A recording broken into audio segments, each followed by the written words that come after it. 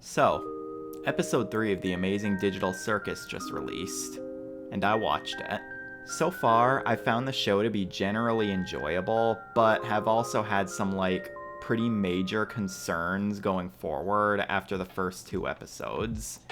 They had some good jokes, but overall I thought they were completely bogged down by terrible pacing, reusing concepts, and an overall failure to highlight the majority of the characters. So, allow me to elaborate. The pilot was fine, but I felt like way too much of it was just the characters standing around in an empty room just talking exposition. This B-plot with the Gloink Queen was absolutely awful. Every time it switched to this, it felt about as engaging as switching to a commercial break. And the way it just kind of resolves itself is honestly really stupid. The show is about the characters going on adventures, and to have the adventure in the very first episode be boring and stupid just felt like a cop-out, you know? Episode 2 is a little better, but not by much. There's a really fun car chase scene, and the prompt for the adventure is really strong, but it very quickly devolves to Pomni getting separated and dealing with some unrelated situation while the rest of the characters stand around and deal with some giant monster. Sound familiar? Pomni and Gummy Goo just stand in this dark room while he just asks, "Tell me what I am," and she just avoids the question, and it just goes on forever. This exact exchange happens 3 times. It's just, "Pomni, tell me what I am." Episode 2 only uses the adventure as a backdrop. The episode doesn't really focus on it. Most of the time is spent outside of the adventure. And for a show where every episode is supposed to have a new adventure for the characters to go on, that can be a bit of a problem, you know? Neither of them really did anything with their concepts.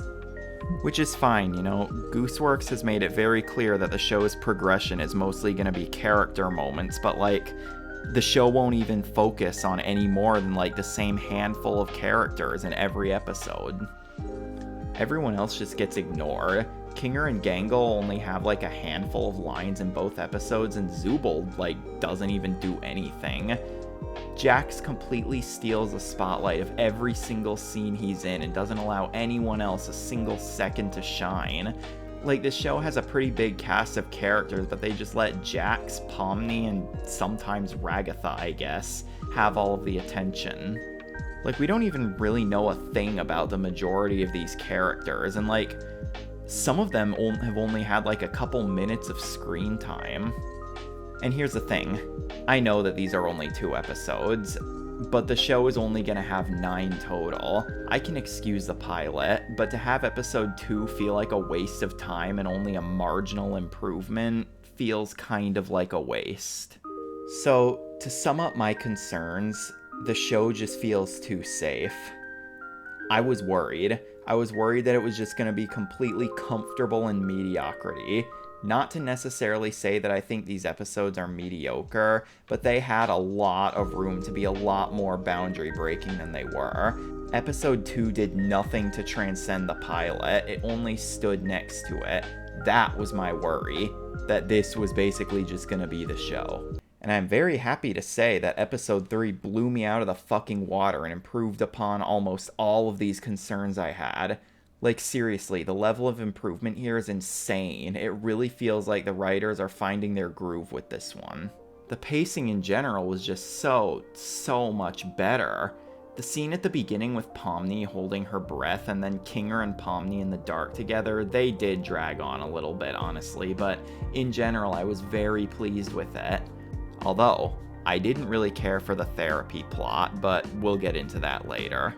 The scene with Kinger and Pomni in the dark is just honestly so well written. The first time an episode genuinely focuses on another character, and it's just so well done.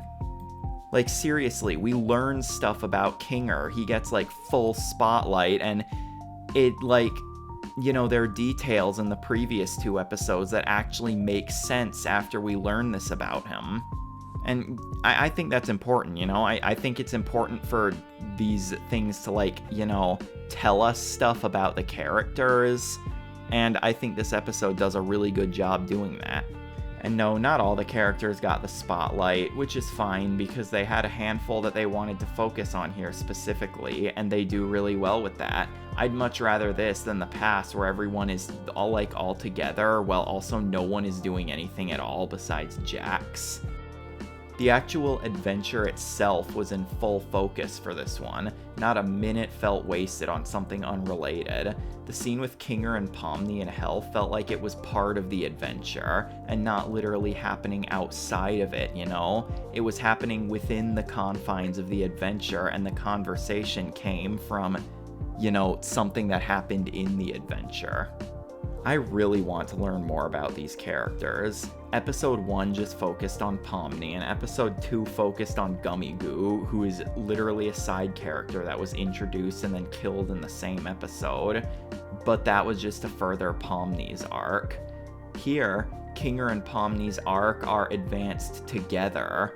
Like, it's all tied together with this theme of existentialism. Like, just because in this world nothing matters doesn't mean nothing has to matter to me. You know, I think that's the takeaway from episodes 2 and 3 for Pomni. Episode 2 kind of set that up, and episode 3 really took full advantage of it. I honestly can't wait to see where this goes from here.